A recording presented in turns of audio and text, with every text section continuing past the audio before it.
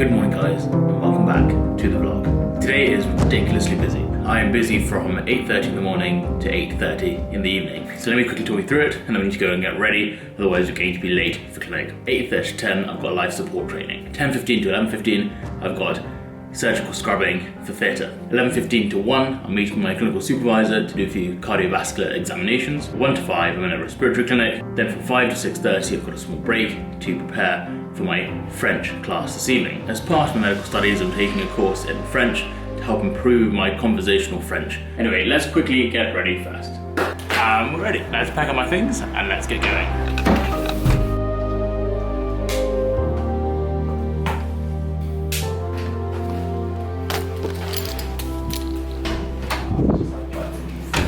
So, whilst I'm walking, I'll have a quick chat with you.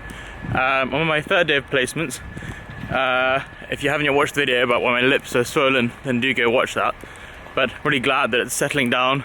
I've been on antihistamines for the last 2 days to try and keep it as as minimally inflamed as possible. Anyway, so clinical school has been really good fun. It's been really good to finally see patients and to talk to them and to just interact with them, because you haven't had that for the last 4 years of a medical course, given that the Cambridge course is designed to be a preclinical clinical split. So right now I'm on a unit called the short stay unit, which is for people who come in with general medicine conditions and they're there simply for 2-3 days just to be stabilised. Most of the people there are people who've had previous medical conditions who've developed complications and thus have been asked to come back to hospital, or obviously have come back by their own accord. And also there are quite a few people who've fallen over or had a little tip over here and there, so it's fairly interesting. There's always a new case every day to go and look at. This morning, unfortunately, I'm not going to have time to go to the ward and check that out. I'm really sad because the junior doctors there are really, really nice and they're teaching us well, and as well as a consultant, of course, and the regis there also. It's quite weird, actually.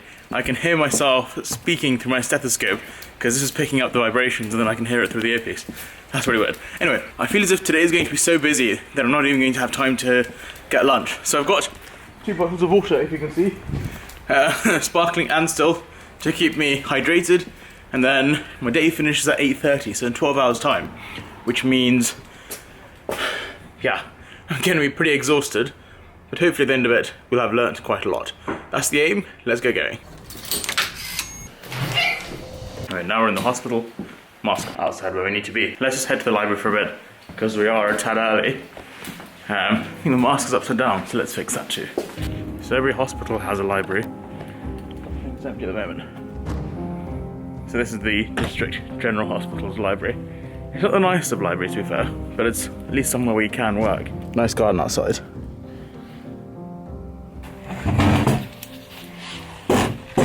Anyway, whilst we're here, let me quickly tell you about the precarious Wi-Fi situation. So since this is a District General Hospital, they have not got the most eloquent of Wi-Fi infrastructure. Anyway, since no one's too much around, I can take my mask off. We've all been given these Wi-Fi dongles, which have given us 20 gigabytes of data to use for 1 month.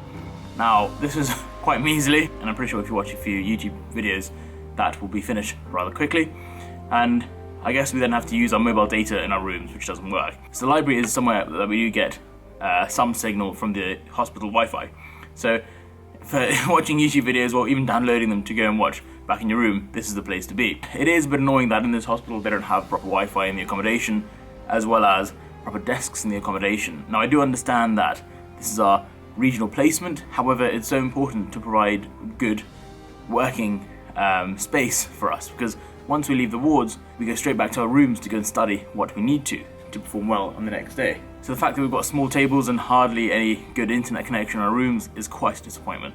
That said, it's fine, we can come here, and I'm pretty sure all of us are going to run out of internet sooner than later. I'm just messaging my clinical supervisor. I've got a few minutes to go to my teaching session. Right, time for us to go. Let's go and learn how to save lives.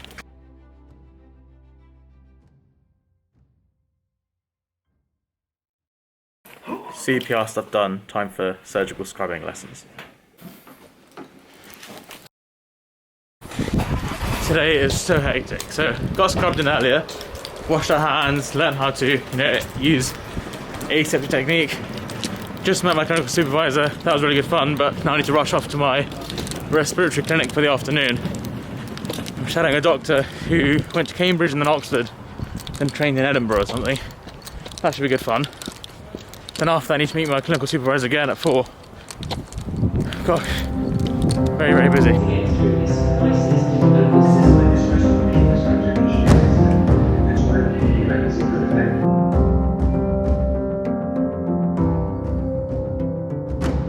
So, I just finished with clinic, and yeah, it was a very interesting experience. You know, I've been in clinics before as a pre-clinical medical student, and as a clinical medical student, the perspective is completely different of a clinic. You are far more concerned about, you know, the patient and how you're going to manage their disease, and how, you know, you're going to look after them in the long term, as opposed to the simple diagnosis that they're going to get, as opposed to the science that underlies their illness. The most striking thing about clinic today was when the doctor broke bad news. Yeah, how even I went quiet for quite a while. They came in not expecting anything as severe as what they heard, and just seeing their reaction whilst they were being told, it was just a matter of silence. And I just noticed how the doctor's, you know, his approach to it was very calm. It was very much of a supportive approach. Of course, the doctor knew exactly what was wrong because he'd seen the scans before, and even when seeing the patient initially, he knew exactly what was wrong. And so what he did very well was he asked the patient what he knew about the condition, and by initially opening the conversation by asking what the patient knew so far, the doctor's taking care of that, and a good management plan has been come up with. The rest of clinic was great. We saw loads of scans. I got to listen to quite a few lungs, put this thing to use. It was actually quite difficult listening to the lungs because I wasn't sure exactly what sounds to listen for. I am pretty exhausted.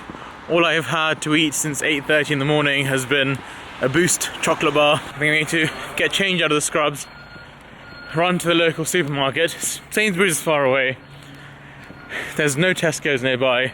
The nearest Waitrose is, well, it's like the next town. So I think there's an Aldi close by, so we're going to go there. Let's go there quickly, and we'll try not to buy too much junk. Anyway, tomorrow I've got my phlebotomy session where I'm going to really polish up my blood taking skills, and then I've got the whole day practically to spend in the wards. I can't believe it's just been 3 days. The amount of time I've spent and the amount of stuff I've learned already, it feels like a few weeks, and it's nice how everyone's willing to teach you as well. Let's quickly get changed, then I'll speak to you guys in the car on the way to the supermarket. Raining, it's pouring, the old man is snoring. Okay, let's put Audi in here. Whilst I'm driving, let's have a chat about what I'll have for dinner. So, I think I'm going to pick up some sort of meat. Not sure what sort just yet. I'm also just considering getting a pizza and shoving that in the oven, but it's not the healthiest. So maybe get some ham, just make a quick sandwich, a bit of cheese, and some salad.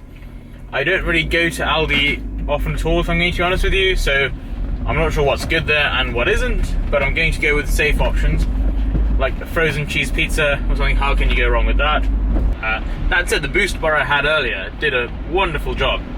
It kept me going for a good period of time. So when you're hungry and shopping, you buy all this junk that you wouldn't otherwise eat, and then you have a fridge full of food that you're not really going to eat because you don't really like it, but you bought because you're hungry when you purchased it.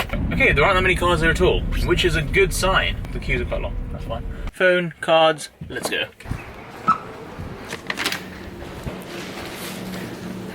Well, it's all quite cheap there actually. Let's get some tomatoes, watercress, spinach and rocket. These are quite good when you're on wards and it's quite difficult to get food.